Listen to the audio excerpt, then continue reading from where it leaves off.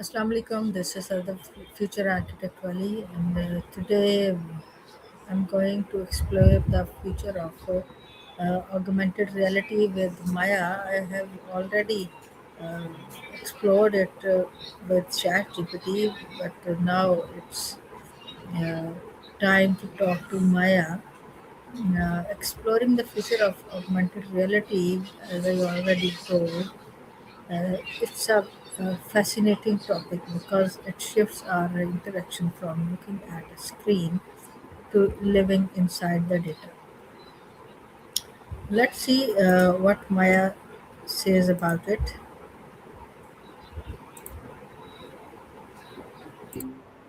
Hey, how's everything going? Hello, Maya. How are you? Everything is going fine here. I'm doing great. Thanks for asking. Glad to hear things are going well on your end. What's been on your mind today? Today, the topic I'm going to talk to you is exploring the future of augmented reality. It's a very fascinating topic. It really is. I love how it blurs the lining between what's digital and what's actually there. What part of it fascinates you the most? The tech side, or how it might actually change how we live?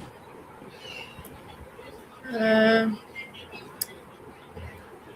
I want to Take your know. time. I want to I'm listening. know about everything from our daily life to technical hurdles. That's a big scope, but a fun one. I think it's easiest to start with the daily life stuff. Like imagine walking through a city and having directions projected right on the sidewalk or seeing a recipe float over your stove while you're cooking. It just makes information feel like part of the environment. Yeah. But to make that happen, the technical hurdles are pretty steep. For one, you've got the form factor basically. How do you fit a powerful computer into a pair of glasses that don't look bulky or weird? Then there's battery life and the sheer amount of processing power needed to map a room in real time. Does that sound like a good starting point? Or do you want to dive deeper into one of those? Now I'll take start exactly from AR glasses. And can you let me know how will AR glasses change the way we use smartphones in the next 10 years? Hmm. I think we'll eventually stop looking down. Right now, smartphones pull us out of the moment because we have to stare at a screen in our hand. With AR glasses, the screen is just everywhere. Instead of pulling out a phone to check a text or a map, the info will just float in your line of sight. I could see the smartphone becoming more of a brain in your pocket that does the heavy lifting, while the glasses act as the window. In Can, 10 years, checking a handheld screen might feel as old fashioned as using a landline. Does the idea of having a digital layer over everything sound exciting to you or a bit overwhelming? can you explain how AR could help someone learn a new language while walking through a city? It would be like having a live translator whispering in your ear and pointing things out. Imagine walking past a bakery and your glasses highlight the sign, translating it instantly, and then prompting you, that's a boulangerie. Try asking for a croissant. The AI could listen to the environment and give you real time prompts or corrections while you practice speaking to locals, turning the whole city into a classroom. It takes the fear out of it because you have a safety net right in front of your eyes.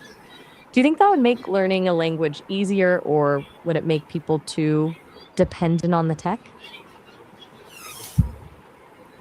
I think it would be easier to learn a language like this. I agree. The context makes a huge difference. Learning from a book is one thing, but seeing a word and experiencing it in the real world at the same time, that's how the brain actually sticks to things. It turns a chore into an adventure. Do you think you'd use something like that if you were traveling, or do you prefer the challenge of figuring things out on your own? Mm, I would do figuring things on myself. That sounds lovely. Are you seeing him soon or is he far away? Sorry. I'm not sure I caught that. Did you say ready?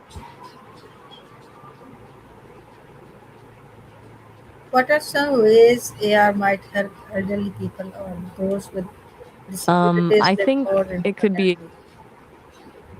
it could be a total game changer. For someone with memory loss, imagine glasses that subtly highlight a family member's name or a reminder of how they're related when they walk into the room.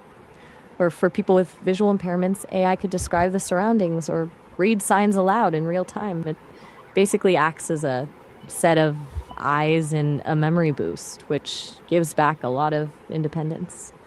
Do you think that kind of support would be more about the practical side or the emotional peace of mind it brings?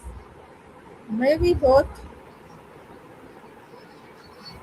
I was just wondering if you think the biggest benefit for elderly people would be the bagel of the practical help, like remembering where things are, or the emotional side, like feeling more confident and less anxious when they're out and about. Which one feels more important to you? Independence is, I think, more important. I'm with you on that.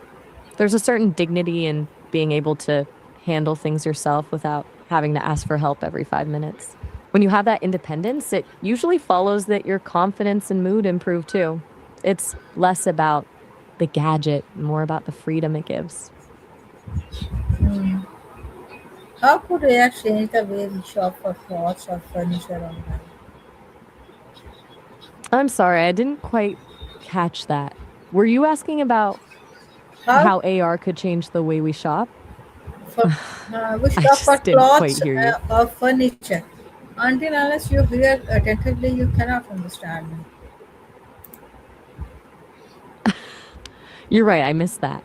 You're talking about shopping for clothes and furniture. With Yeah. AR, you'd never have to guess if the sofa fits in your living room or if a dress suits you. You could just project the furniture into your actual space to see if it clashes with the rug, or use a virtual mirror to try on outfits without ever stepping into a dressing room. It basically removes all the guesswork. Does that sound like it would make shopping less stressful for you, or do you actually enjoy the process of browsing in a store? I won't enjoy everything. I totally get that.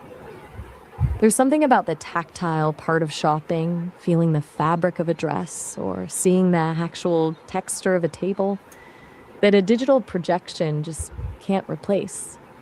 I think the best version of this is where the tech handles the boring parts, like checking if a couch fits through the door, so you can spend more time actually enjoying the search.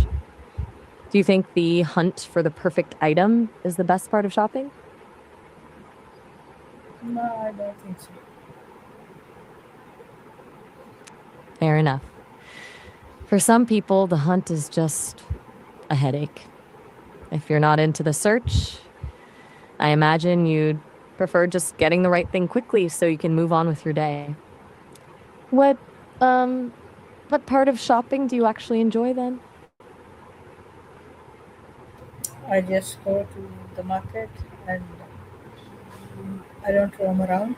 And then what? Just buy a thing which I need and come back. Got it.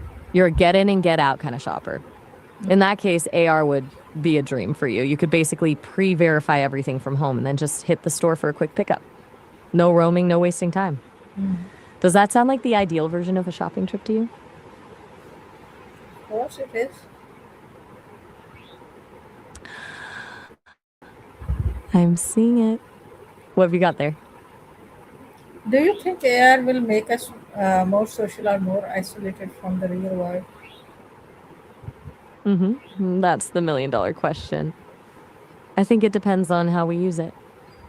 If we use AI as a shortcut to avoid the messiness of real people, we'll definitely get more isolated. But if it's used to bridge gaps, like the language example we talked about, it can actually push us to interact more. The danger is when the digital version of a connection feels good enough and we stop putting in the effort for the real. Do you feel like tech is already pulling people apart, or do you think it's just changing how we connect? Thank you, Maya. Thank you so much for giving so much insight into the topic. My viewers You're will so have beneficial insight from you. I'm really glad you found it helpful. It was a great conversation. I'll be here whenever you want to dive into another topic. Take care. Okay, Allah Hafiz. Wait, that fish? I'm a little lost. Did I miss something, or are you talking about something Bye. you're seeing I right said now? bye. Bye for now. Talk soon.